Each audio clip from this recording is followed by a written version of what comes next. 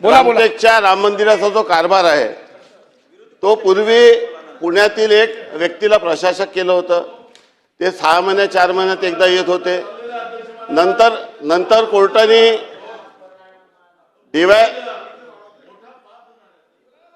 DYSP Ramtek यांना प्रशासक केलं. त्या DYSPला कायदा सुव्यवस्थेच्या वेळेत अडचणीमुळे वेळ मिळत नव्हतं. मग कोर्टाने त्यांना रामटेकच्या SDOला या ठिकाणी प्रशासक केलं आणि न्यायालयात एक प्रकरण सुरू होतं ज्यामध्ये 1971ला डेप्टी चॅरिटी कमिशनरने ऑर्डर दिलं की हे मंदिर हे प्रायव्हेट ट्रस्ट आहे. प्रायव्हेट ट्रस्ट नाही, हे पब्लिक ट्रस्ट आहे, तो पब्लिक मंदिर आहे. त्यानंतर जॉईंट चॅरिटी कमिशनरकडे केस चालली. त्यानंतर डिस्ट्रिक्ट कोर्टात केस गेली आणि त्यानंतर हायकोर्टात केस गेली.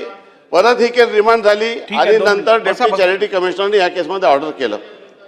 माननीय अध्यक्ष महोदय, रामटेकचा राम मंदिर हा महाराष्ट्राच्या सर्व वैभवाच्या दृष्टीने अतिशय महत्त्वाचं मंदिर आहे आणि मी स्वतःला खूप भाग्यवान समजून घेतो. माननीय अध्यक्ष महोदय, मी सर्व सभागृहाच्या सदस्याला मनापासून धन्यवाद देतो.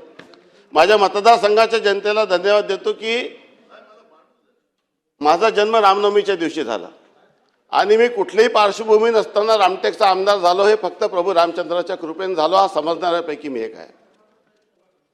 आणि त्या राम मंदिरामध्ये मागील 55 वर्षापासून ट्रस्ट होऊ शकली नाही.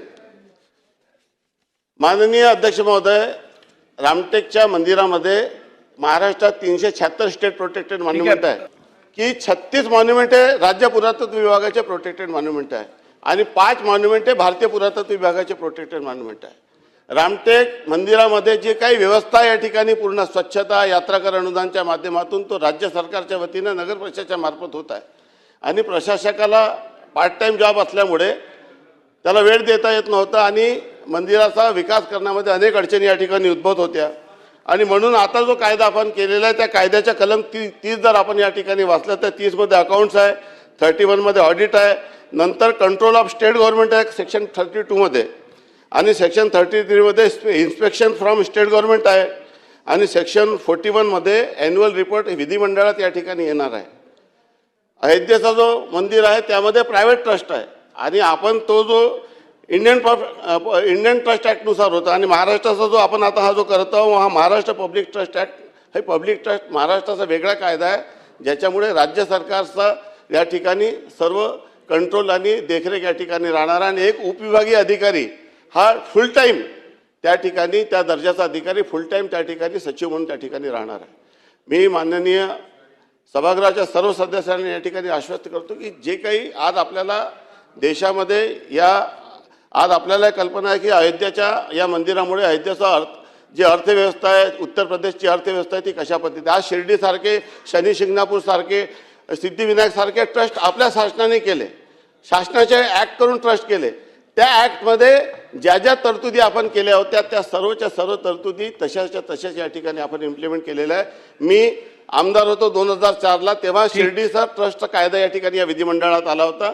माझा जो पत्र या ठिकाणी मी जेव्हा आमदार असताना शासनाला दिला होता तो शिर्डीच्या धर्तीवर रामटेकला ट्रस्ट करा असं मी त्या संदर्भात देखील दिला होता आणि मी ती जी मानधनाची वगैरे जी व्यवस्था आहे ती आजपर्यंत आपल्या सरकारने देखील जे कायदे केले ते त्यानुसार ते सर्व केलेले आहे आणि राज्य शासनाचा पुरातत्व विभागाच्या अनेक परवानगी आणि या सर्व अडचणी आहे म्हणून या संदर्भामध्ये राज्य सरकार, नगर परिषद आणि भोसले घराण्याची केस सुरू होती. भोसले घराण्याने केस टाकली होती त्यामुळे हा वाद संपुष्टात यावा म्हणून परत अशा पद्धतीची लिटिगेशन आणि म्हणून किमान एक सदस्य आपण भोसला देवस्थान ट्रस्ट या ठिकाणी ठेवण्यास या ठिकाणी तरतूद केलेली आहे. मी सभागृहाच्या सर्व सदस्यांना आश्वस्त करतो, सांगितलं ना मी, शिर्डी पासून सर्व ट्रस्टमध्ये त्या कायद्यामध्ये तिची तरतूद आहे परंतु ही तरतूद आपल्याला जर वगळायची असेल तर महाराष्ट्राच्या सर्व कायद्यामध्ये या संदर्भामध्ये वगळावं लागेल. आणि शिर्डीमध्ये आपण अशा पद्धतीची नियुक्ती केली होती, आपण समजून घ्या. दुसरं माननीय अध्यक्ष महोदय, रामटेक नगर परिषदेमध्ये पूर्ण जे मॅनेजमेंट आहे राम मंदिराचा ते पूर्णपणे तिथली साफसफाई, तिथली देखरेख, तिथलं मनुष्यबळ, तिथले विकास कामं ते सर्व रामटेक यात्रा त्याचा विशेष विकास कार्यक्रम सुरू आहे. त्या विशेष विकास कार्यक्रमामुळे सर्व एजन्सी नगर परिषद आहे आणि म्हणून उद्या नगराध्यक्ष, उद्या आरक्षण होईल, उद्या महिला आरक्षण, कोण आमदार राहील, कोणी काही परमनंट राहत नाही राजकारणामध्ये. त्यामुळे या संदर्भामध्ये मी आपल्याला सांगू इच्छितो की जे काही तरतूद केली आहे ते पूर्णपणे अभ्यासपूर्ण पद्धतीने केलेली आहे आणि हे फक्त 3 वर्षासाठी आहे. आणि म्हणून माझी सभागृहाला विनंती आहे की जे काही मुद्दे आपण या ठिकाणी उपस्थित केले त्याचं मी उत्तर या ठिकाणी दिलेलं आहे. आपल्या सर्वांच्या प्रयत्नातून आपण कुठल्याही लोक वेगवेगळ्या पक्षात जरी असले तर प्रत्येकाची रामाच्या प्रति श्रद्धा आहे. आणि म्हणून माझी आपल्या सर्वांना विनंती आहे की हे विधेयक या विधिमंडळाने मंजूर करावं अशी माझी या माध्यमातून विनंती आहे. असा आहे की सन 2026 विधानसभा विधेयक क्रमांक 64 श्री राम मंदिर देवस्थान विश्वस्त व्यवस्था रामटेक विधेयक 2026 विचारात घेण्यात यावे. प्रश्न असा आहे की सन 2026 विधानसभा विधेयक क्रमांक 64 श्री राम मंदिर देवस्थान विश्वस्त व्यवस्था रामटेक विधेयक 2026 विचारात घ्यावे का? अनुकूल असतील होय म्हणावे, प्रतिकूल असतील तर नाही म्हणावे.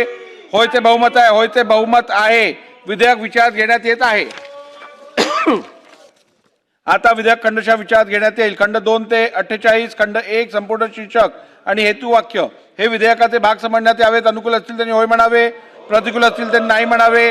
होयचे बहुमत आहे, होयचे बहुमत आहे. खंड 2 ते 48, खंड 1 संपूर्ण शीर्षक आणि हेतुवाक्य विधेयकाचे भाग झाले. प्रभारी मंत्री महोदय, सन 2026 विधानसभा विधेयक क्रमांक 64 श्री राम मंदिर देवस्थान विश्वस्त व्यवस्था रामटेक विधेयक 2026 संमत करावे असा मी आपल्या अनुमतीने प्रस्ताव मांडतो. प्रस्ताव असा आहे की सन 2026 विधानसभा विधेयक क्रमांक 64 श्री राम मंदिर देवस्थान विश्वस्त व्यवस्था रामटेक विधेयक 2026 संमत करावे. प्रश्न असा आहे की सन 2026 विधानसभा विधेयक क्रमांक 64 श्री राम मंदिर देवस्थान विश्वस्त व्यवस्था रामटेक विधेयक 2026 संमत करावे. अनुकूल असतील त्यांनी होय म्हणावे, प्रतिकूल असतील त्यांनी नाही म्हणावे. होयचे बहुमत आहे, होयचे बहुमत आहे. विधेयक संमत झाले.